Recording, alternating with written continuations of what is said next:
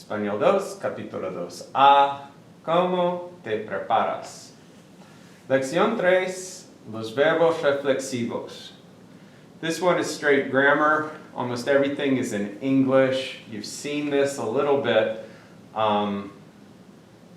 There's not a lot of me in this one. So first, just take a moment to copy what I wrote and read. It says, reflexive verbs have additional letters after the ending AR, ER, in their infinitive form.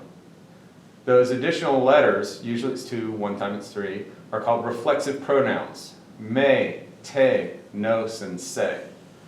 The reflexive verbs, now we're looking at just the list in black right here. The reflexive verbs that you all know are bañarse, lavarse, vestirse, that's a stem changing verb. Despertarse, which is actually also a stem changing verb, just to remind you. Despertarse, levantarse, acostarse, ponerse, maquillarse, ducharse, secarse, mojarse, arreglarse, cepillarse, rasurarse, afeitarse, etceterarse. Etceterarse, of course, is not an actual verb. Verbo. One thing that you all might be scrambling right now, oh, I don't remember mojarse. Look, I've already kind of explained this. We have lavarse and mojarse. Lavarse, agua y jabón. Mojarse, me mojé la cama con pipí. No, mojarse is agua sin jabón. Okay? A lot of people go to the bathroom and they say, ¿te lavaste las manos? Sí. ¿Con jabón? No. Oh, entonces te mojaste. Te mojas las manos, pero no es lavarse. Okay? Agua sin jabón. That's the only thing that's new. It's not going to be in your book, but it's a really good verb to know, and I expect you to know it. All right. Part 2, just copy this down. You can even turn off the volume if you don't want to listen to me.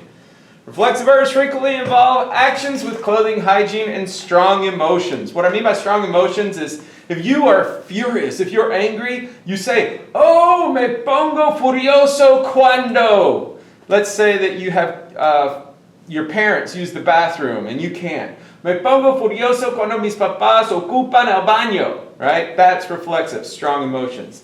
But also hygiene, clothing, anything that kind of involves clothes in the body. Okay, those will be reflexive verbs, with one huge exception, and I'm going to write it in right now.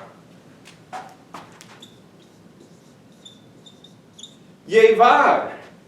Yo llevo una camisa, una playera verde. Yo llevo zapatos grises. Okay? It's, for some reason, llevar, it's not reflexive when you're talking about clothes. But llevarse is a verb. It means to get along with somebody. Me llevo bien con mis amigos. Me llevo mal con los maestros. All right, anyway. Llevar is the big exception to this thing. So that's why I said reflexive verbs frequently, not always, frequently involve, etc., etc. One verb I didn't put on there that you need to know is desvestirse o quitarse.